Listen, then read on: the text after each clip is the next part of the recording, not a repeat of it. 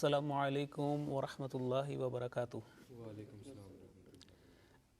Okay, this is lesson 29 and this is about alif zaida, excessive alif in between the letters of a word. Now, points to remember that there are some words in the Holy Quran which contains an excessive alif, alif zaida. And there are two kinds of such words. Type 1, where excessive alif comes in between the letters of a word. And the type 2, where an excessive alif comes at the end of a word. And we will practice in the next lesson as well.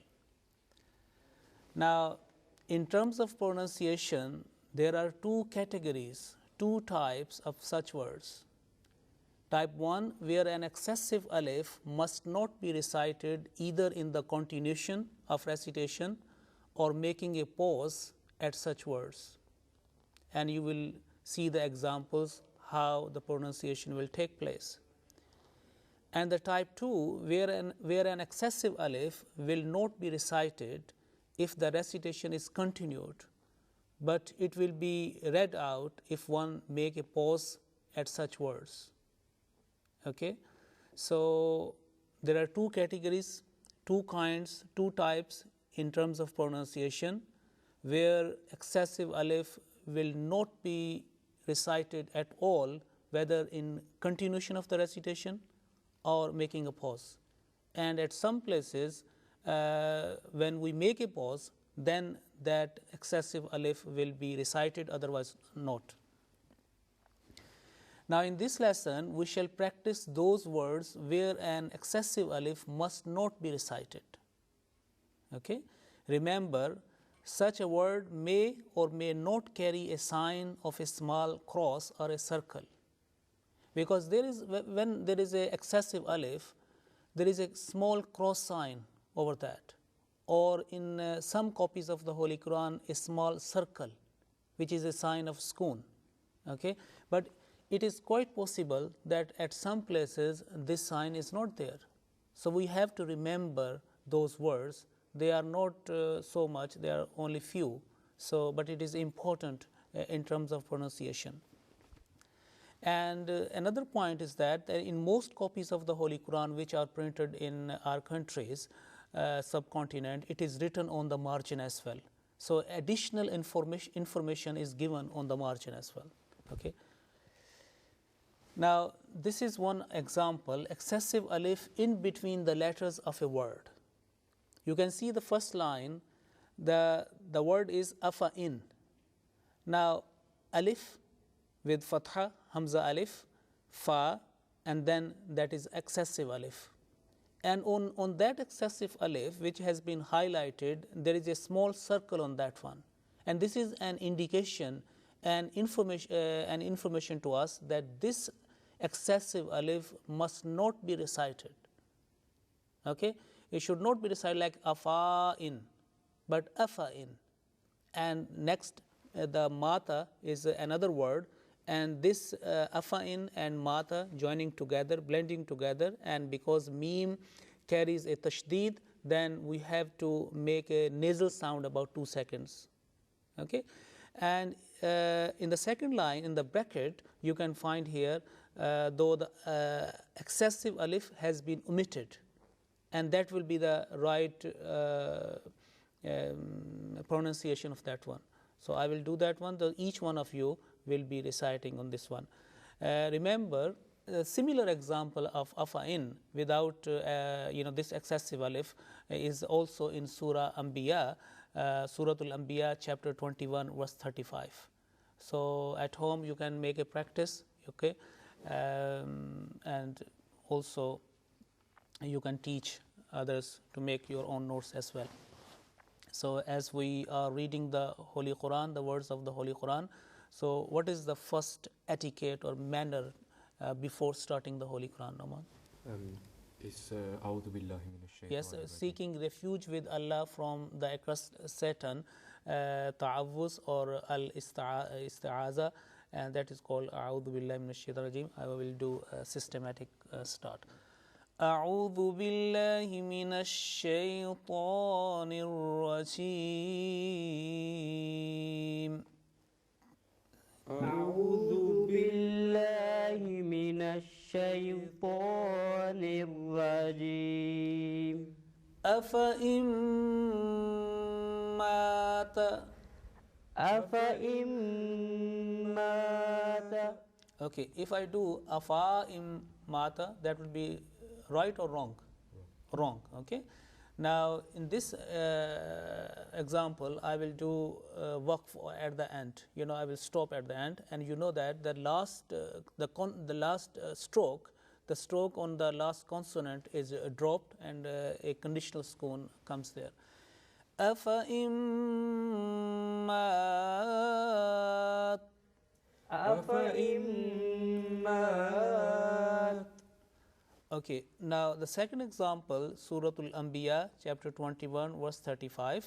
Okay, can you find for me from the Holy Quran, chapter 21, verse number 35? Did you find? Yes. Okay, can you find on the margin additional information that this is Alif Zaida? Yes? Yes. Yes. Yes. Yes. So on this Alif Zaida, it is written on the margin. Yes. Okay. And also you can find here that in this copy of the Holy Quran, Yassan Quran style, there is a cross on this, Alif cross, Alif Zaida. So this will not be recited. Okay. In this case, each one will be reciting these two examples from the screen. Okay, first Noman.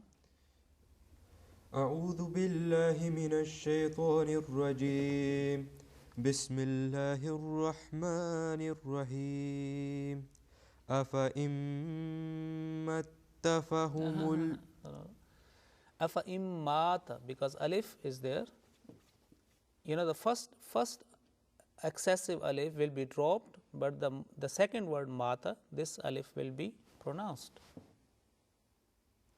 No, not in this case. From the screen. I said from the screen. أفإن مات With waqf. أفإن مات. Now the next example. The copy. Which is yes. أفإن مت فهم الخالدون. Okay. Hanan. أعوذ بالله من الشيطان الرجيم. أفإن مات. أفإن مات. أفإن مت فهم الخالدون. Okay, Jazakumullah. Next example here in Surah Yunus, chapter 10, verse 76. Okay, and the word is mala'ihi, ila fir'auna wa mala'ihi. After mim, lam, and followed by excessive alif, and that alif carries a sign of sukoon, small circle, or a cross sometime. And in bracket, the pronunciation guide has been given. Ila fir'auna wa mala'i. Not mala'i, ila fir'auna wa mala'i. And below on the screen you can find 4 different examples, 4 other places where the same word has appeared. So wherever the word mala'i has comes, you have to pronounce accordingly, that dropping the excessive alif which has come after lam. Okay, so I will do this one. إلى فرعون وملئه. Do that. إلى فرعون وملئه. إلى فرعون وملئه. إلى فرعون وملئه. Okay. Now, can you find an example, any one of these 4 examples, Surah Al-A'raf, Surah Hud, Al-Mu'minun, Al-Qasas? Any example? Did you find? What's the page number? 345. 345 of this Yaslam Quran. Surah Al-Mu'minun. Surah Al-Mu'minun.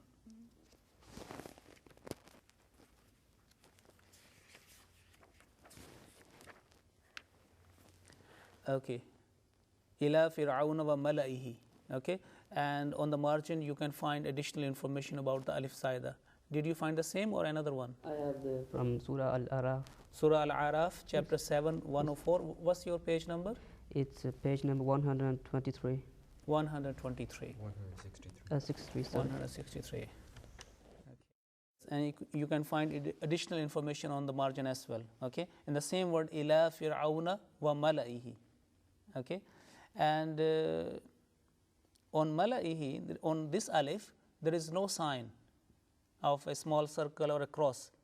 But because of the rule, whether you can find a sign or not, this word will always, excessive alif will be dropped. Wa mala'i, not mala'i. All right, good. And the similar example here, min fir'auna wa mala'ihim. The same word, but the last bit has changed. Instead of mala'ihi, mala'ihim. This is a grammatical meaning in that one, is a construction structure, but the same rule will be applied here. Min fir'auna wa mala'ihim. Min fir'auna wa mala'ihim. Say again. Min fir'auna wa mala'ihim. Okay, good.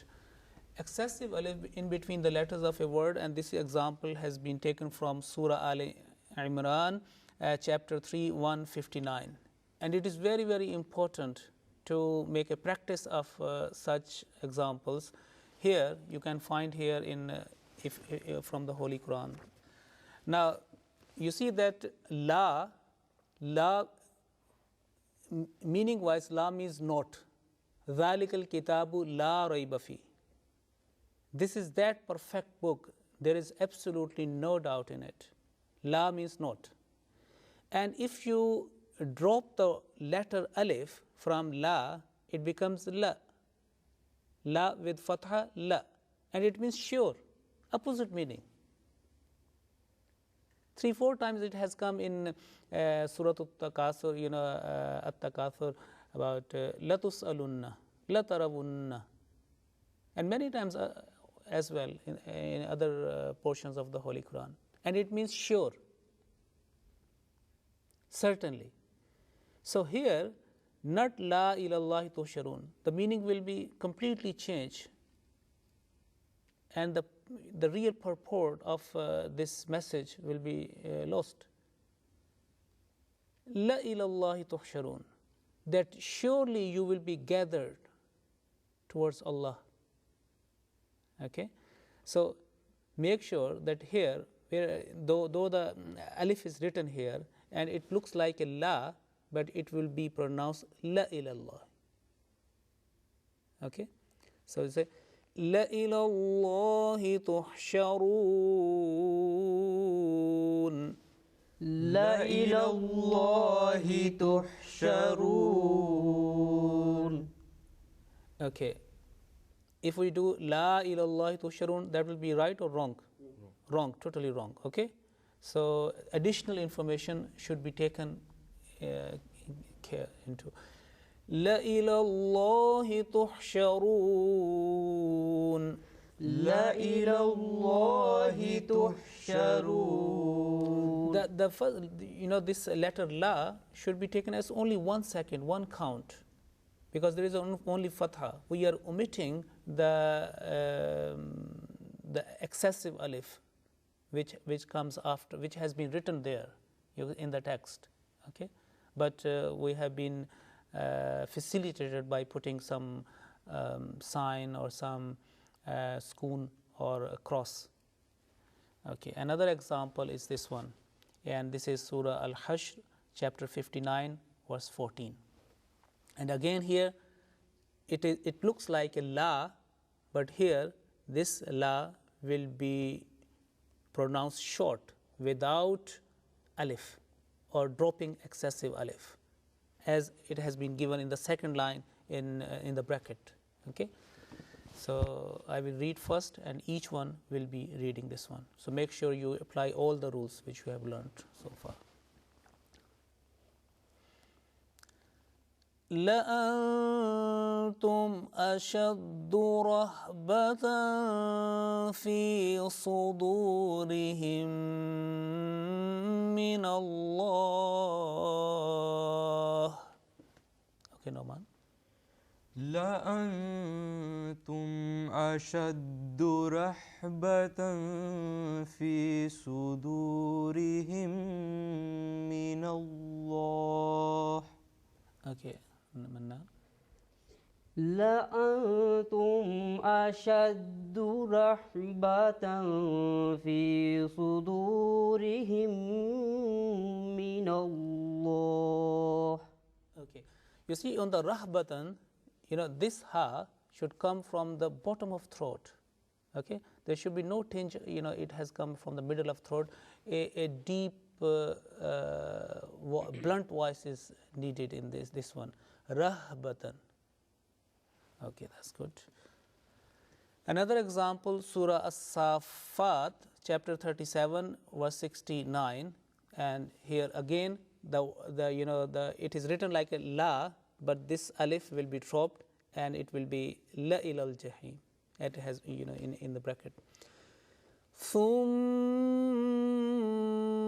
إن مرجعهم لإلى الجحيم. ثم إن مرجعهم لإلى الجحيم. Okay, make sure that the ha should come from the middle of throat, this ha. And also this is good example. You know that there are two letters of nasal sound, two letters of gunna. Mim gunna, mim mushaddad, and noon mushaddad always produce a gunna sound, nasal sound. And this here, thumma, the first word, also producing the nasal sound about 2 seconds, and then noon mushaddad also producing nasal sound. And then we carry on. Okay. Each one will be reciting separately, okay, the whole line. First, Mannan, you do that. ثم إن مرجعهم لإلى الجحيم.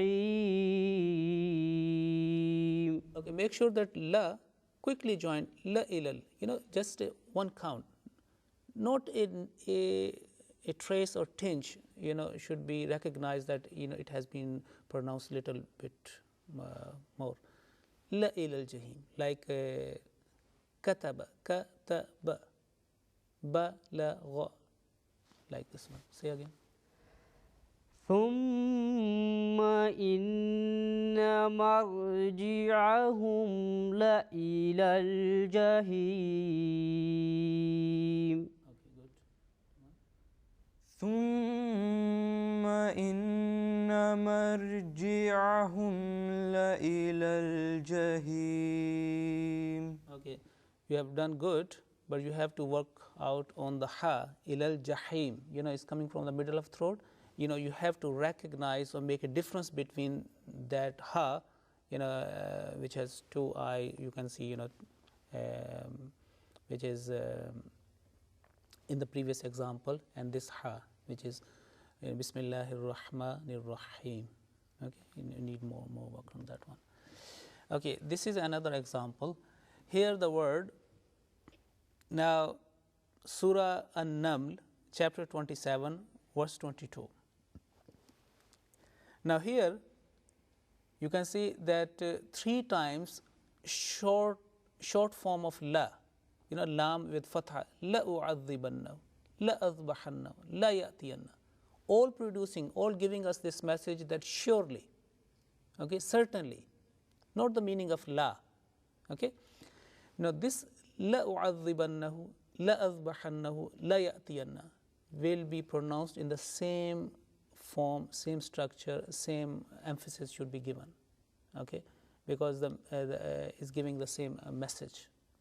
Though in the second example, the word la is written there, but if you can find from the copy of the Holy Quran, additional information will be there that this is alif zaida, and this alif must be dropped in recitation.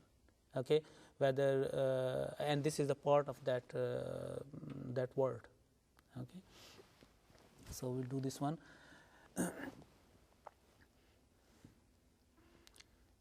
لأعذبنه عذابا شديدا أو لأذبحنه أو ليأتيني بسلطان مبين. لأعذبنه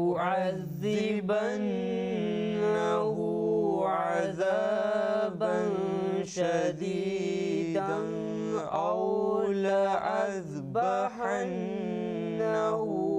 أو ليأتيني بسلطان مبين. Okay, I think this is a good practice for long breath. Okay, but in this case, wherever you want to continue, if you want to stop there and take a fresh breath and then start again from the next, or keeping in mind the meanings as well. So in this case, we will only focus on that special word, which is we are practicing on that one. أو لأذبحنه أو لأذبحنه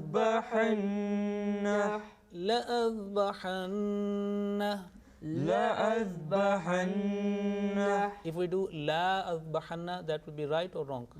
Wrong. لأذبحنه. Okay. In the last two lines within the bracket, certain letters, especially la, has been highlighted. We will do practice on these three words. لأعذبنه لأعذبنه أو لأذبحنه أو لأذبحنه أو ليأتيني أو ليأتيني. Okay. If you are going to recite a bigger portion or a verse, a bit portion of a verse, then you have to take a breath before starting, a longer breath, and slowly release your breath to complete the verse. Okay, and the right way is that when you stop, the last letter must be mute, and then you start again. If there is no sign of waqf, no sign of punctuation, is that one. And I think there are 2-3 more examples. Now in this case, this alif, وَلَا تَقُولَنَّ لِشَيْءٍ, this alif will be dropped and there is no sign on that one. Okay, but this is also an excessive alif. وَلَا تَقُولَنَّ لِشَيْءٍ إِنِّي فَاعِلٌ ذَلِكَ غَدًا. ولا تقولن لشيء إني فاعل ذلك غدا. Okay, another example here, the word mi'atun or mi'atain, again this alif, an excessive alif, will be dropped. فَإِن يَكُن مِّنكُم مِّئَةٌ صَابِرَةٌ يَغْلِبُوا مِئَتَيْنِ. فَإِن يَكُن مِّنكُم مِّئَةٌ صَابِرَةٌ يَغْلِبُوا مئتين. So miyatun or miyatain. Okay, this alif will be dropped. So this is the last example here. You can find Surah Al-Hujurat, chapter 49, verse 12. Now here, the word after bisa, this alif, and then lam, and then alif. You can find in the bracket alif, then plus lam, plus alif. Here, the first letter, first alif, and the second alif, that will be dropped, and only lam will be pronounced. And the pronunciation will be بئس الاسم الفسوق بعد الإيمان. بئس الاسم الفسوق بعد الإيمان. Two hamzas, two alif will be dropped, in the second word. This is very important that this will be, lam only will be pronounced. Again, last time. بئس الاسم الفسوق بعد الإيمان. بئس الاسم الفسوق بعد الإيمان. Okay. Alhamdulillah, this is the conclusion of lesson 29, and you have practiced that excessive alif will be dropped if it comes on certain words in between the letters of a word. Okay, whether that excessive alif carries a sign of a small circle or a cross, as we have found in the copies of the Holy Quran. But only the few examples we have to remember, practice, and never ever that excessive alif will be pronounced in pronunciation. Okay, with this one, Assalamu alaikum wa rahmatullahi wa barakatuh. وعليكم السلام ورحمة الله وبركاته. أعوذ بالله من الشيطان الرجيم ورتل